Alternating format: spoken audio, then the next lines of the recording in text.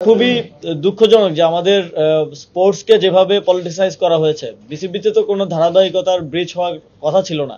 যদি স্পোর্টসে পলিটিসাইজ না করা হতো, বিসিবিতে পলিটিক্যাল লোকজন না থাকতো, তাহলে দেশে একটা পরিবর্তন হলেও বিসিবি তার মতোই থাকতে পারতো, ধারাবাহিকভাবে তার কার্যক্রম পরিচালনা করতে পারতো।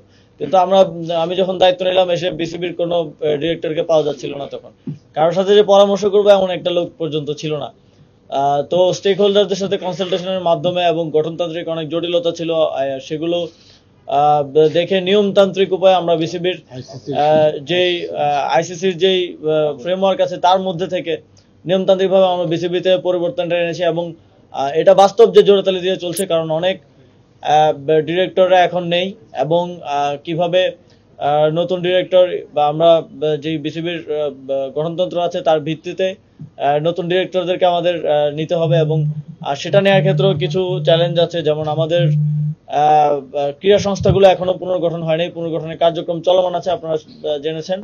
সেগুলো পুনর্গঠন হলে তার মাধ্যমে নিয়মতান্ত্রিক উপায়েই আরো নতুন ডিরেক্টর ইনক্লুশন হবে। তারপর বিসিবির ডিপার্টমেন্টগুলো ডিস্ট্রিবিউট করার ব্যাপার আছে, এবং সেগুলো ডিস্ট্রিবিউট করার মাধ্যমে বিসিবির কার্যক্রমে আরো গতিশীলতা আসবে বলে আমি মনে করি। প্রতিটি ফেডারেশনের জবাবদিহিতা নিশ্চিত করার জন্য আমরা ইতিমধ্যেই বলেছি যে প্রতি বছর তাদেরকে একটা প্রোগ্রেস রিপোর্ট, তারা কি কি কাজ করেছেন এবং অডিট রিপোর্টটা আমাদের জাতীয় ক্রীড়া পরিষদে যেন সাবমিট করে। এবং নতুন নেতৃত্ব দায়িত্ব নেওয়ার পরে বিসিবি এবং বাফুফে উভয়কেই এক্সটার্নাল অডিট করার জন্য মন্ত্রণালয়ের পক্ষ থেকে আমরা নির্দেশনা দিয়েছি। বিসিবি ইতিমধ্যেই এক্সটার্নাল অডিট শুরু করেছে এবং বাফুফেও শুরু করবে, এবং সেখানে আর্থিক কেলেঙ্কারির যদি কোনো পাওয়া যায়, তাহলে সেক্ষেত্রে আইনি ব্যবস্থা নেওয়ার জন্য আমাদের পক্ষ থেকে নির্দেশনা দেয়া আছে।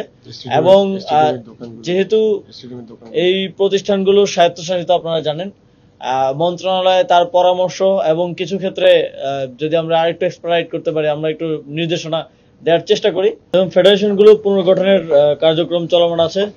সার্চ কমিটি এর দায়িত্ব হচ্ছে আমাদেরকে প্রস্তাবনা দেয়া। সার্চ কমিটি ওই ক্রীড়া সংশ্লিষ্ট সাবেক ফেডারেশনের কমিটি এবং ওই ক্রীড়া সংশ্লিষ্ট আরো যারা আছেন, খেলোয়াড়দের সাথে কথা বলার মাধ্যমে, সব স্টেক হোল্ডারদের সাথে কনসালটেশনের মাধ্যমে আমাদেরকে মন্ত্রণালয়কে একটা এনএসসি কে একটা প্রস্তাবনা দিয়েছে। এবং আমরা সেটা আরো ফার্দার আমাদের দিক থেকে কাউন্টিং করার মাধ্যমে সেটা একটা চূড়ান্ত 9টা কমিটি ঘোষণা করেছি।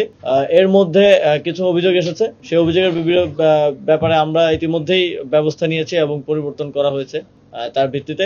এবং সামনের সময় আমরা চাচ্ছি সার্চ কমিটি সহ এই ফেডারেশনগুলোর কার্যক্রমে গতিশীলতা আনয়নের জন্য, আরো সক্রিয় করার জন্য খুব দ্রুত সময়ের মধ্যে অ্যাডহক কমিটিগুলো আমরা দিয়ে দিতে চাচ্ছি। এবং প্রায়োরিটি বেসিসে যেই